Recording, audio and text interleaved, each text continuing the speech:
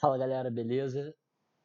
Espero que todos estejam bem, que estejam cuidando da saúde.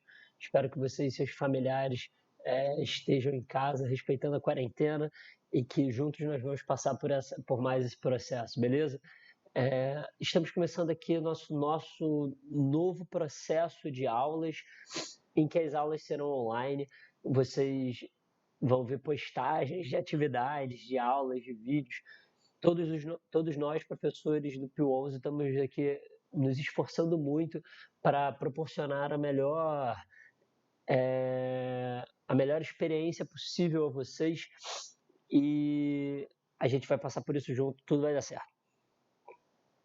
Galera, primeira coisa, a gente vai continuar um tema que a gente já vinha falando, que era o tema de projeções cartográficas. Sei que vocês se amarram em cartografia. Falando de projeção cartográfica, a primeira coisa que é preciso lembrar é que a Terra não é uma superfície redonda perfeitamente, nem plana, beleza? Vamos relembrar isso aí. A Terra ela é conhecida por um formato chamado de geóide. Vou apresentar aqui na tela para vocês, aqui do lado da minha... Para mim, a Terra ela tem o formato de uma geóide. Esse formato de geóide, na verdade, ele pode ser percebido como ele é transferido quando o mapa, né, quando a gente representa a Terra a uma elipse. Na imagem que está aqui na lateral do nosso vídeo, a gente vai ver em verde, seria uma esfera perfeita, beleza?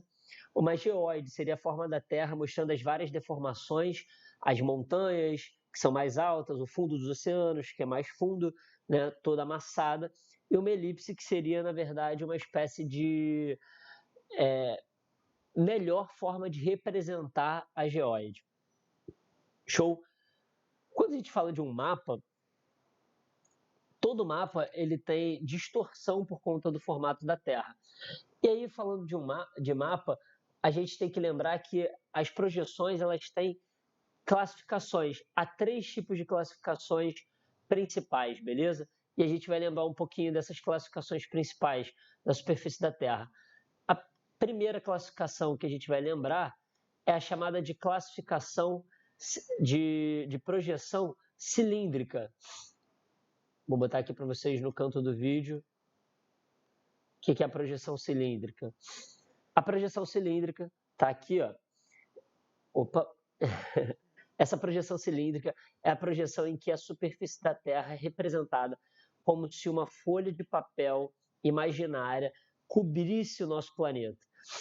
E aí, ao cobrir o nosso planeta, a gente consegue projetar a superfície da Terra em um cilindro que aberto fica um mapa retangular.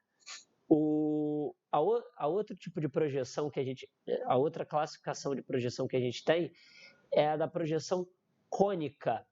A projeção cônica é como se uma folha de papel imaginária em formato de um cone cobrisse a superfície da Terra, projetando um mapa em formato de triângulo, beleza? E a outra classificação, para a gente concluir aqui, relembrando, é a projeção chamada de azimutal ou plana.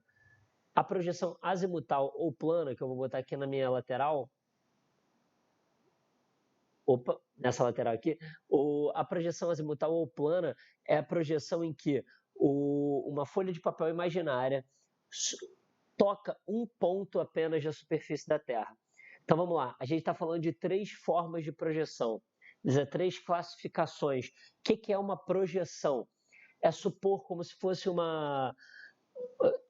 projetor mesmo que tem na sala de aula de vocês, como se você pudesse botar uma luz dentro da superfície da Terra, uma folha de papel no entorno, e ao acender essa luz, a sombra dos continentes fosse jogada nessa folha de papel imaginária.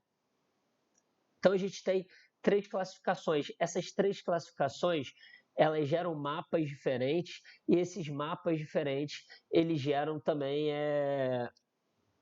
deformações diferentes, e a gente vai estudar um pouquinho sobre isso a partir das categorias de mapas, beleza? Vou falar para vocês de cada uma das categorias de mapas agora. A gente tem aqui, principalmente, a gente ainda tem um outro tipo de projeção que é a afilática, mas vai ser a última classificação que eu vou falar. Como categoria de mapa, eu vou apresentar aqui para vocês. Primeiro a gente tem o chamado... Opa! Ah, não, lembrei. Outra coisa, vou apresentar para vocês, antes de falar das categorias de mapas, exemplos de mapas cônicos, que eles não são tão comuns, beleza? O primeiro mapa cônico que eu vou apresentar aqui em cima de mim é o mapa cônico em que o Brasil é o ponto principal, ou seja, a superfície em que essa folha de papel imaginária tangenciou é o território brasileiro. E dentro desse contexto, a gente vai ver que o Brasil é o ponto central desse mapa cônico. Cônico não, perdão, azimutal ou plano. E aqui na lateral do vídeo, né? Opa!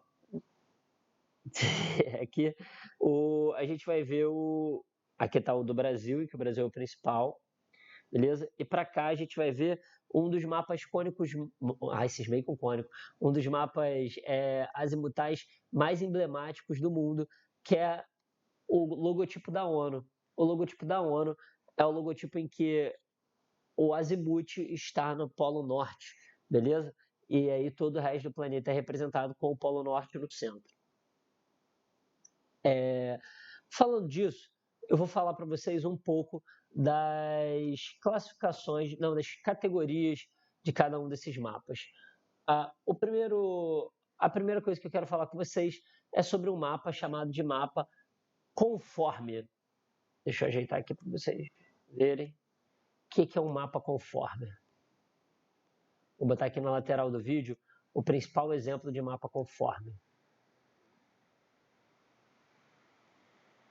Pronto. Tá aí, galera, o principal exemplo de mapa conforme. O que é um mapa conforme? O mapa conforme foi desenvolvido respeitando os ângulos do planeta, beleza? Isso é importante de lembrar.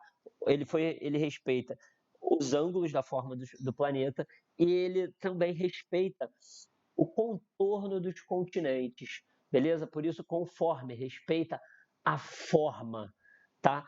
A gente vai observar que no mapa conforme há uma menor distorção próximo à linha do Equador e uma grande distorção quando você vai se afastando da linha do Equador, indo ou para o Polo Norte ou para o Polo Sul.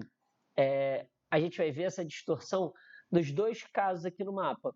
Ó, a gente vai ver ao norte do planeta. Difícil achar a câmera aqui, mas... Ao norte aqui do planeta, a gente vai ver a Groenlândia grandona. A Groenlândia, galera, é menor do que o Brasil, beleza? E a gente vai ver aqui ao sul do planeta também, a Antártica também gigantesca por conta da deformação. A Antártica parece o maior continente do mundo. Quanto mais distante da linha do Equador, maior é a deformação no mapa chamado de mapa conforme, beleza? Esse, galera, é o principal mapa conforme já criado. Esse mapa, principal não, né? Mas é o mais conhecido, é o mapa de Mercator, beleza? O Mercator, ele foi um cartógrafo que pensou esse mapa no período das grandes navegações. Então a gente vai ver que Mercator, deixa eu botar aqui para vocês, estava querendo falar dele? Não. Mercator criou isso dentro do período das grandes navegações, lá no século XVI. Então a gente vai ver que é um mapa super eurocêntrico. A Europa está no centro do mundo, a Europa está em cima dos continentes colonizados. A Europa também, como ela foi distorcida, ela está maior proporcionalmente do que ela realmente é, beleza? Então esse é um dos mapas mais conhecidos, que é o mapa de Mercator, é uma projeção cilíndrica conforme. A gente vai falar de um outro tipo de projeção agora, que é a projeção equivalente. E eu vou botar para vocês aqui a principal projeção equivalente que a gente tem, que é a projeção de Peters. Queridos, a projeção de Peters é uma projeção é também cilíndrica, só que nesse caso ela é equivalente. O que significa isso?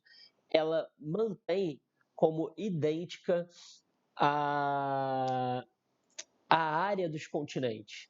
Então vocês vão ver que a Groenlândia, aqui na projeção anterior, a Groenlândia aqui em cima, ó, aqui em cima do Canadá e da Europa, na projeção anterior estava gigantesca, nessa projeção ela está bem reduzida.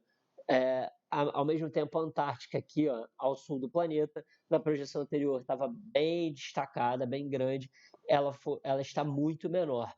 Então, a projeção de Peters é uma projeção equivalente. Ela foi publicada no final do século XX, tá? Em 1973.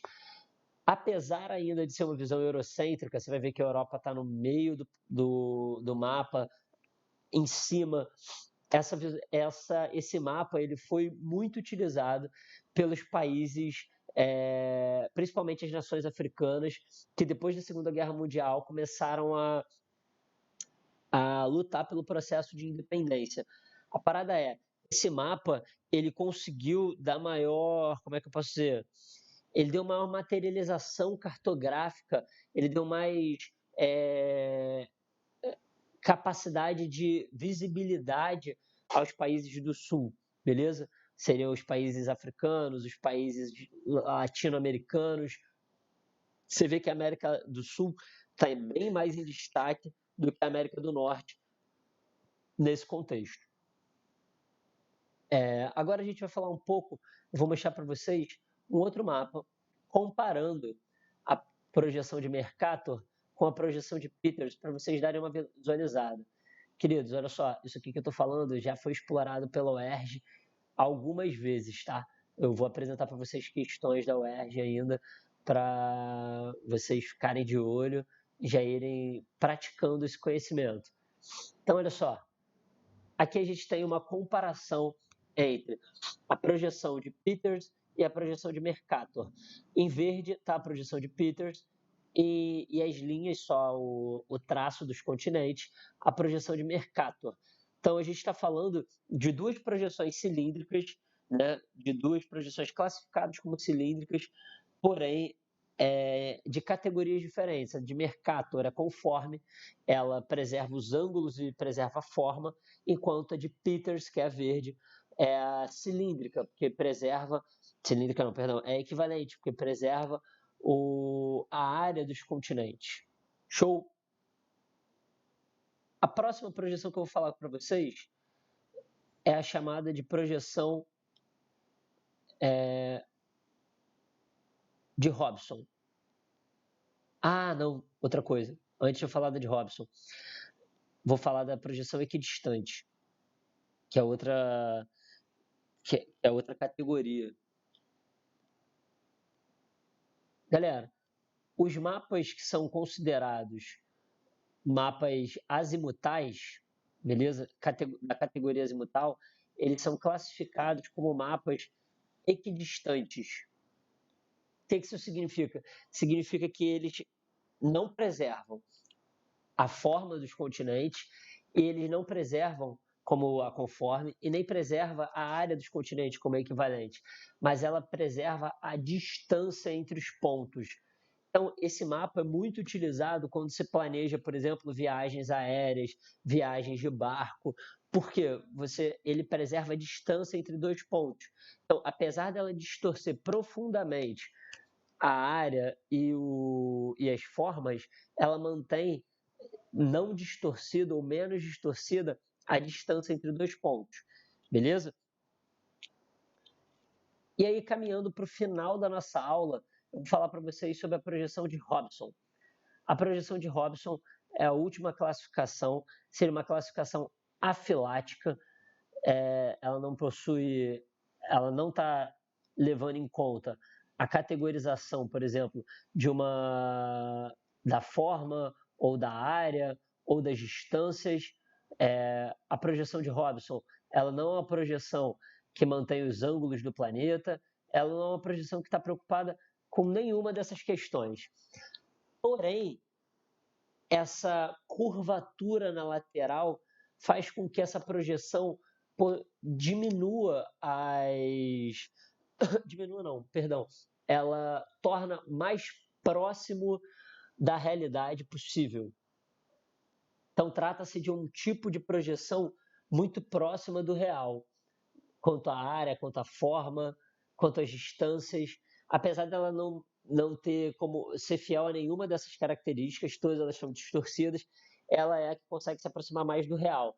Então, ela não tem um uso, por exemplo, para planejar rotas, ela não tem um uso, por exemplo, para viagens, ela não tem um uso político, né? Ela, na verdade, tem um uso pedagógico. Ela acaba sendo a projeção mais utilizada em conferências, ela é uma das projeções mais utilizadas em livros didáticos, em apostilas, beleza? Talvez seja a projeção que vocês mais vão ver. Show? Queridos, é isso falando de projeção. Lembrando que quando a gente está falando de produção de mapa, divisão de mundo, a gente não pode se atentar só a uma, não existe um mapa correto. Eu já falei com vocês antes sobre mapas invertidos, mapas em que o sul está para o norte, ou mapas em que, por exemplo, a América ela tá centralizada e não a Europa e a África. Então, vários tipos de mapas podem ser produzidos. Aqui estava procurando um mapa para mostrar para vocês. Então, vários tipos de mapas podem ser produzidos e eles não estão incorretos, beleza? Eu trouxe aqui, por exemplo, um mapa que... Deixa eu mostrar para vocês. Um mapa que se trata da visão da Austrália do mundo. O mapa a partir da visão da Austrália. Ó. Aí.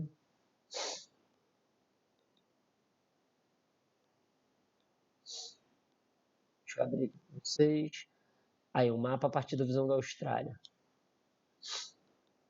A gente tem aí o mapa em que a Austrália está em cima, na parte central, em cima do mapa. Ela não é um mapa incorreto, tecnicamente. Na verdade, é tudo uma questão de construção. E essa construção também é política, beleza? Fazer um mapa, como eu já disse para vocês, é uma escolha política, é uma escolha a partir de uma determinada visão de mundo. Show? Essa é a nossa primeira aula, nosso primeiro vídeo. Ao longo da semana eu vou postar mais vídeos para vocês e mais atividades, exercícios, tudo isso. Beleza? Um grande abraço, cuidem-se e tamo junto. Qualquer coisa, manda mensagem.